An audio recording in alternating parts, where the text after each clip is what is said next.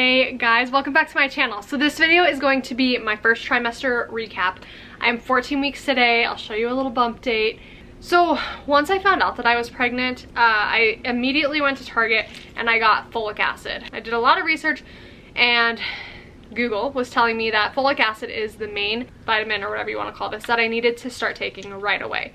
So I didn't want to wait the extra like 7 to 10 days before my prenatals arrived. So I started taking this, and then once my prenatals arrived, I started taking 2 of these a day. So it's just the Ritual vitamins. I'm sure you've heard of them. These have been actually pretty hard for me to take. Once my morning sickness, or like, I don't even want to call it morning sickness, but once my sickness kicked in, these became hard to take because they're pretty big. I'm not someone who can really swallow pills easily. They have a pretty strong citrusy taste, and flavors for some reason just cling to the back of my throat and make me really sick. So I have to drink like so much water afterwards. Sweets have been really hard to eat, which is not like me. I love my sweets, but they're so sweet that they just like harbor in the back of my throat, and it's not enjoyable. So anyways, I was taking 2 of these. I haven't been taking either religiously, but the last few days I've been back on the folic acid just because it's simpler, and my doctor said that this was more important than the rest of the vitamins. It helps with neural tube defects, so probably just gonna stick to this. I did cancel my Ritual, and then when I got sick, I had the bad word we don't want to say on YouTube. So the OB on call told me that I needed to start taking a baby aspirin because pregnant women tend to blood clot more, and then on top of that, it can really screw up your blood system when you're pregnant for like the duration of your pregnancy. So I'm on a low dose baby aspirin. It's 81 milligrams, and I am taking that daily. So that's what I'm doing for like supplements and stuff. As far as my diet goes, the first few weeks I was doing great. I was drinking smoothies, I was eating healthy, apples, grapes, strawberries, all the good things as far as fruits go. I never really eat vegetables. I like 2 of them. And then I was eating like, I don't know, I guess just normal steak and burgers and tacos and mostly chicken and beef products. And then I turned 10 weeks pregnant and that all went down the hill. But my diet has been not the best. Not like I'm eating a bunch of trash food. I'm just like hadn't been eating really healthy. Except this last week, that's been good. I feel so happy with like, I ate a steak and artichoke the other day and it was so good. Okay, let's get into symptoms that carried on from weeks 4 through now, I guess from when I found out to now. So my boobs still hurt. I have on here, still hurt at 8 weeks. Still hurt at 14 weeks. They're just so tender. Like literally, my boobs aren't up here, but it's still really sore up here. They've grown in size. And I don't have big boobs, but like I feel like I actually have boobs now, even though they're really small still. Around 8 weeks, I still had like a heightened sense of smell. Still, I don't have that anymore. No morning sickness as of week 8. I think I threw up once at week 7. I was going to my aunt's for dinner, but I threw down like a smoothie really quick, and then I think I brushed my teeth. That was the first time I brushed my teeth and it made me throw up, and ever since then, I hate brushing my teeth. Yeah, so once I think at week 7, and then I started having major food aversions. So no cravings yet, but solid foods rarely sounded good, so I would lean towards liquids, smoothies, cereals. I'm not really a soup person, so it really made getting like nutritious liquids down. Ramen I could do, not really sure why, because it's still noodles, but that was something that I ate quite a bit of at the start of the pregnancy. And yeah, just anything liquidy. I started drinking 2% milk again, which I really hadn't been drinking milk at all. I used to love milk back in high school and early college, and then just kind of got away from drinking it. And then it's really all I want. It started upsetting my stomach, so I switched to Lactaid. But Lactaid I don't like, so I'm just gonna go back to 2% and suck up the stomach aches. One of the biggest things, and this was around, I didn't label the weeks at first, so I'm not quite sure, but I want to say around like week 8. I was so hungry all of the time. Every 30 minutes, I was like painfully hungry. And I knew that the change in diet was supposed to be like from 2 to 3 meals a day to like 5 to 6. So you were eating every hour to 2 instead of every like 3 or 4 hours. I was someone who could skip either breakfast or lunch. Some days I truly skipped both. I just wasn't working up an appetite. I was so hungry, and I'm not a foodie. I really don't like food. I eat to live, I don't live to eat. So it was a struggle, and then finding things that sounded good was a struggle because you get tired of smoothies and yogurts and stuff like that. So I don't even really remember what I was eating. I know I had like Ritz crackers, saltines. This is when like food was still relatively easy to eat, but just a lot of like eating a cheeseburger was not happening. Yeah, just constantly hungry, and that lasted for like 2 weeks, and then it died, and then this past week it's kind of been the same thing. So I don't know if that sticks around all pregnancy. Okay, I have it in here around 6 weeks, 4 days, all the way through 7 weeks. So it's like, what, 3 days? I had a really hard time eating anything, but was so painfully hungry. This was the first time I cried during the pregnancy from like, I cried when I found out I was pregnant, but then this was the first time that I just felt overwhelmed because I was so hungry. I remember he was playing video games and I wanted to eat, but the thought of eating anything made me nauseous. And so I like pulled his chair back from his video games. He took a break. I just sat on his lap and I was like, I know I've had this pregnancy so easy. I've not like been sick, but I'm so hungry. Like, it sucks. I just wanted to get better, but I knew I was very, very lucky for how easy my pregnancy had been going so far. I'm thinking this is around week 7 as well, maybe 7 or 8. My stomach felt really, really tight, and not necessarily my stomach, but like my abdominal region all the way down to like my pelvic bone. And this is still true to this day. When I stretch or roll over at night, it just like is super crampy. Not crampy, that's the wrong word, but I can feel it like pulling. And I don't know if that's the round ligament pain that my apps were telling me I would start feeling today at 14 weeks. But like rolling over at night, it feels like I did 200 sit-ups that day and I have like no ab strength. You know that pain? Still no cravings. I think again this is around 8 weeks. But when a certain food sounds good, like a full solid meal, when it sounds good, Leo makes sure that we get it. So like one night I was like, Kobe sounds delicious right now. He's like, I don't care that it's 3:30. Let's go. Let's get you full for the next hour until you're hungry again. So we've had a few times where we've like ran to restaurants because whatever they offered sounded good and it wasn't worth trying to fight me and say, no, we don't need to go to a restaurant. Let's make it at home. We just needed to get me food. One thing I didn't realize about pregnancy was how continuous cramping would be. I was cramping pretty much all the way through, I'm gonna say 13 weeks. I don't think I've really had cramps this past week. And I asked my OB the other day when I met her if that was normal, and she said it totally was. It's just growing pains or sometimes dehydration or just a little bit of like lack of fluids. So that made sense, but it really made me nervous the first few weeks. And then when I was like 10 weeks and it was still happening, I'm like, it's gotta just be my uterus stretching because, I mean, I'm at 10 weeks, I was confident. Okay, so here's when I got into my really strong gag reflex, and this was like around week 9. Literally every morning when I brushed my teeth, I would try to brush the back of my throat, and I'd have to hurry up, put my toothbrush away, and make it to the toilet. This has continued on. Weeks 9 through 12, it was every single morning, at least 3 nights. Some nights I would just skip brushing my teeth because I didn't want to throw up. Sounds gross, but I didn't want to throw up, so. And then like a few other times I would brush my teeth in the middle of the day because I ate foods and like I was saying, the taste just like harbors in the back of my throat. It'd make me throw up. It's rough. I don't like it, but that's really been the worst of it. Okay, at 9 weeks and 2 days, I went to bed at 11 p.m. I had to wake up at 5 a.m. to say bye to my sister because she moved to Nashville. I went back to bed at 7:30 a.m. and I woke up at noon. I went back to bed at 6 p.m. and I woke up at 9 a.m. So I was just a little bit tired, quite a bit fatigued. That is the longest I've ever slept in my whole life, I swear. So that was just like one of the biggest days where I was so depleted. I was on this chair sleeping for a few hours, the couch, the bed, like I could not keep myself awake. And then I opened up my apps and I was like, what is going on with the baby this week? Like, why is this happening? And I think that was the first day, or like 9 weeks is like when the placenta starts to form, I want to say. So it was taking a lot of energy out of my body, which totally made sense, but it was rough. One of the biggest things, I am so extra hairy now. My whole belly covered in hair. My boobs covered in hair. Not like thick, luscious hair, but dark, or it's not just like peach fuzz. It's like, it's hair. So I've hated that. I'm like, Leo, look at my stinking belly. It is like so hairy. He's like, I don't see it. I'm like, well, happy trail doesn't stop at my belly button anymore. I can't like shave my whole stomach like I could this little tiny section. But it is what it is. I'm sure it'll go away.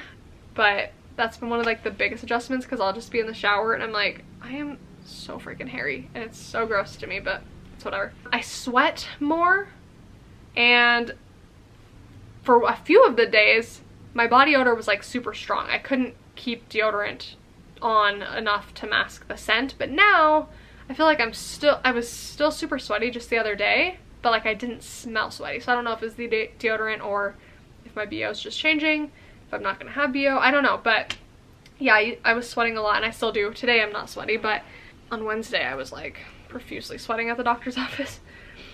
Extreme dry lips. I'm sure it's because of a lack of water intake, but it was like peeling and it was just painfully dry lips.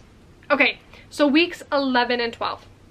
Let's go back actually. Week 10, Leo and I traveled to West Virginia for a family reunion, and that was the week that, I think I said week 9 is when my constant throw up started in the mornings, but it was week 10 because I was like, sweet, where I'm gonna be totally fine at the reunion. I won't be sick. We can hold off on telling them we're pregnant until like X day that we're there.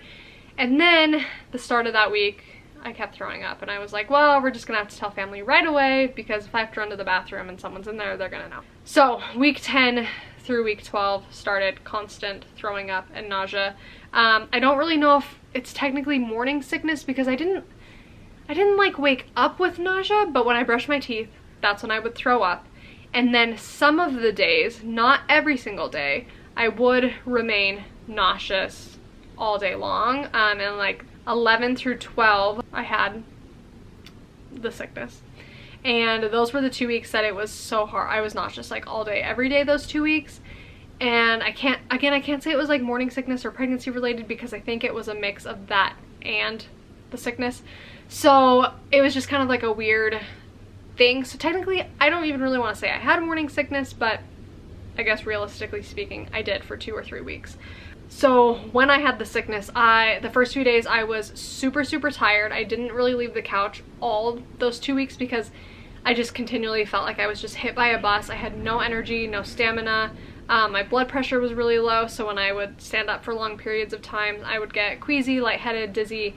I think I showered like maybe 4 times because standing up for that long was really hard. I actually took a few showers where I would have to just sit on the bathroom floor and finish cleaning myself. Not on the bathroom floor, but the shower floor. Finish my shower that way. I'm not a bath person. I'm becoming one, but I took quite a few baths during my second week of the sickness because it was the only thing that would relieve just like the feeling of yuck.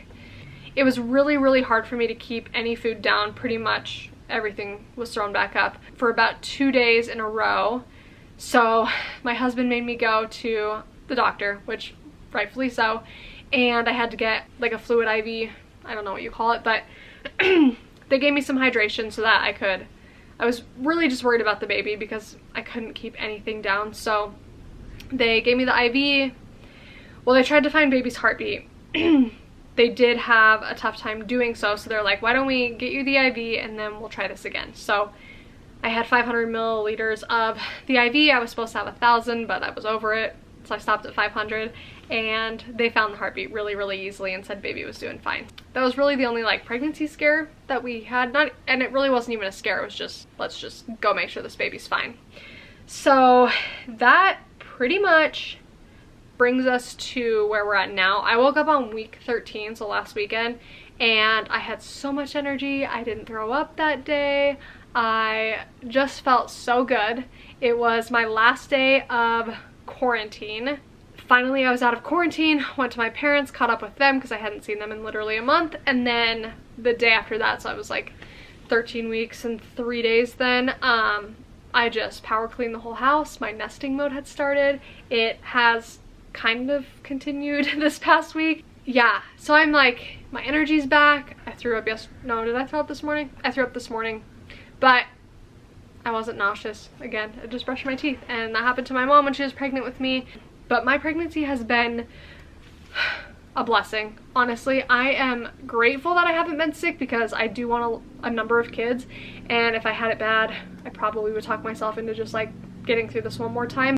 The other thing I'll mention, this video is getting pretty long, so sorry about that, but I was supposed to have my initial doctor appointment when I was like 9 weeks, I want to say, and I had scheduled it with a doctor, and then I had told a really good friend of mine that I was pregnant, and she told me about her doctor and the things that she was saying about this OB. I really wanted to switch to her, so I called and I switched, and that pushed out the appointment 3 weeks because she was super backed up. So that was 12 weeks, I want to say. It would have been like 11 or 12 weeks, and then I got the sickness, so I had to push it out even more. So it was supposed to be November 12th, which I would have been, what would I be, like 15, almost 16 weeks? Yeah, I'd be 15 weeks. But then they had an opening, so I was able to go in on November 3rd, which was just on Wednesday.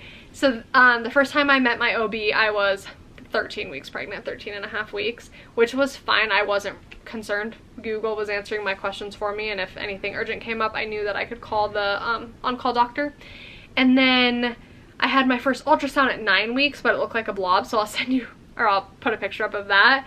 And we got to hear the heartbeat then, and the heartbeat was 162. And then when I was at my OB's office, I was like, listen, it's my first baby. The first ultrasound we had, it looked like a blob. Is there any way that we can see the baby today? And she was like, yeah, we can go take a peek after we get all done with everything else we had to do. So she took us into her little ultrasound room, and we didn't get any pictures, but she let us record, so I'll insert clips of that. Arm there. Little hand. Twins? No, just kidding. Oh my god. Arch in the back. Whoa. But it was the coolest thing because it's literally a baby now. It's moving around. I'll put some screenshots too that I captured. There's one where it's like hand is on its forehead, which is something my dad does all of the time when we like annoy him, or if he's just like overwhelmed by something, he's like, oh my god. So it's funny that the baby did that. And then there's like a side profile that I screenshot as well. My first doctor appointment, and again, sorry this video is so long, but hopefully you're interested in it. My first doctor appointment, I didn't know what to expect. The ultrasound, I knew what to expect, and that was exactly what it was, except I thought I would get paper printouts of the pictures, and they don't do that anymore here, so it's all just digital, which is kind of sad, but that's okay. So my first doctor appointment, I had no idea what to expect. Leo asked me if I had expectations. I didn't. So we go in, and I guess I kind of thought it would be like a short appointment like any other doctor is, like 15 minutes, hi, bye, any questions, no, get out. But it wasn't. My OB giving me answers that I didn't even have questions to, so it was very like she's ahead of the ball game. And then I did have to have a pap smear, which I should have known. I did have to do a blood draw, which I don't like needles at all, but I'm very proud of myself for how I handled it. The phlebotomist she was amazing. So did that, a urinalysis. A lot of it's just for like STD testing. And then that was pretty much it. It took quite a while, but it was pretty painless. And then I go back in the middle of December for my second OB appointment, and then my anatomy scan is going to be the first week of the new year. We are finding out the gender early, even though my parents are going to be mad. That's okay. I ordered sneak peek, so I'll show you guys that when it comes in, and then I had the results, or I'm having the results sent to one of my friends, and she is going to assemble like a gender reveal game, and we're going to find out the weekend of Thanksgiving, so I'm really excited about that. I want a boy. I don't like when people won't be honest about what they want. I want a healthy baby. Of course, we all do. We all want that. But I want a boy, and Leo has recently expressed that he really doesn't care. He thought a boy was cool, and then I really think he's like kind of leaning towards a daughter. I don't know why, but yeah, it's cute. He's getting more and more excited every day. So that's kind of it for my first trimester recap. My belly. Do I even have one? Yeah, so that doesn't really look like anything. Let me unbutton my pants. Kind of weird, but we're gonna do it. That's it. Again, kind of just looks like a little bit of pudge, but I can't squeeze it as much as I used to be able to. It's pretty tight. Little lines from bending over for this video, but yeah, there it is at 14 weeks on the dot. So I'll be back soon with another video. See you then.